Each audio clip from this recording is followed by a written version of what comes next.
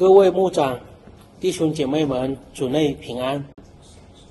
我们5月份开始，就是泰国这边开学的时间，接收了20多个孩子，大部分主要就是我们兴旺永生教会的孩子，有孤儿，有单亲的，没有人照顾的，或者父母没有能力养育他们的，所以就给我们接待他們住宿在我們這個阿卡星基金會那邊。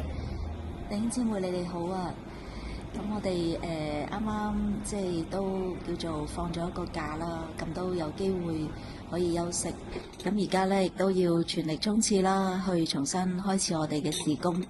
咁就而家我主要要去關心翻住喺我哋中心嘅呢20幾個嘅學生啦，同埋開始都要教翻中英文啦，同埋星期6日嘅教會侍奉。